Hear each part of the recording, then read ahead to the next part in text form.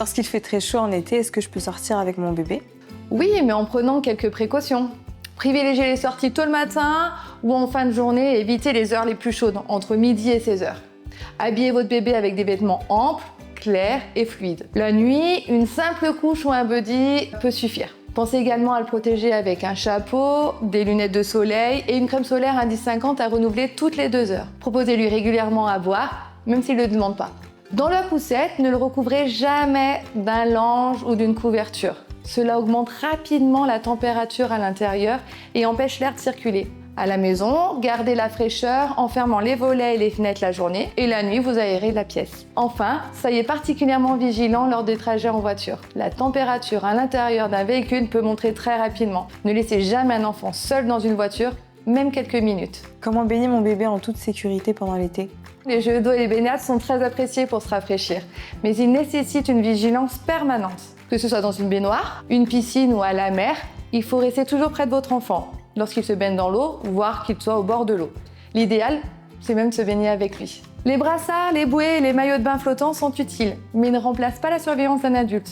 Pour les baignades, il est préférable d'attendre que votre bébé ait reçu ses premières vaccinations, soit environ vers l'âge de 4 mois. Pensez-lui à le protéger du soleil avec un t-shirt anti-UV. S'il a moins d'1 an, limitez la baignade à une trentaine de minutes.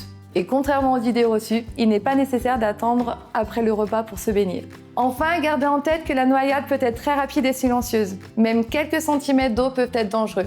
Pour réduire un maximum les risques, il est recommandé d'apprendre à nager à un enfant dès l'âge de 4 ans. Quels sont les dangers auxquels on ne pense pas forcément en été? Les fenêtres ouvertes représentent un vrai danger pour les jeunes enfants. Ne placez jamais un meuble, une chaise ou un lit à proximité, il pourrait escalader. Pensez aux vêtements couvrants et si vous utilisez un répulsif, vérifiez toujours l'âge à partir duquel il est autorisé.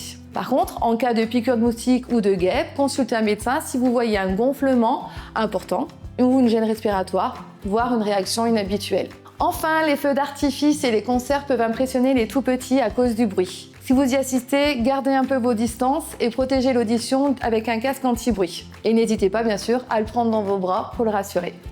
Quand je pars avec mon enfant, quels sont les indispensables à prendre avec moi?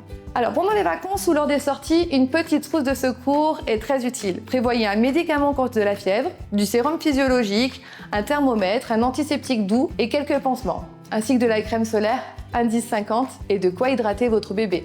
Brumisateur, bouteille d'eau, biberon, gourde.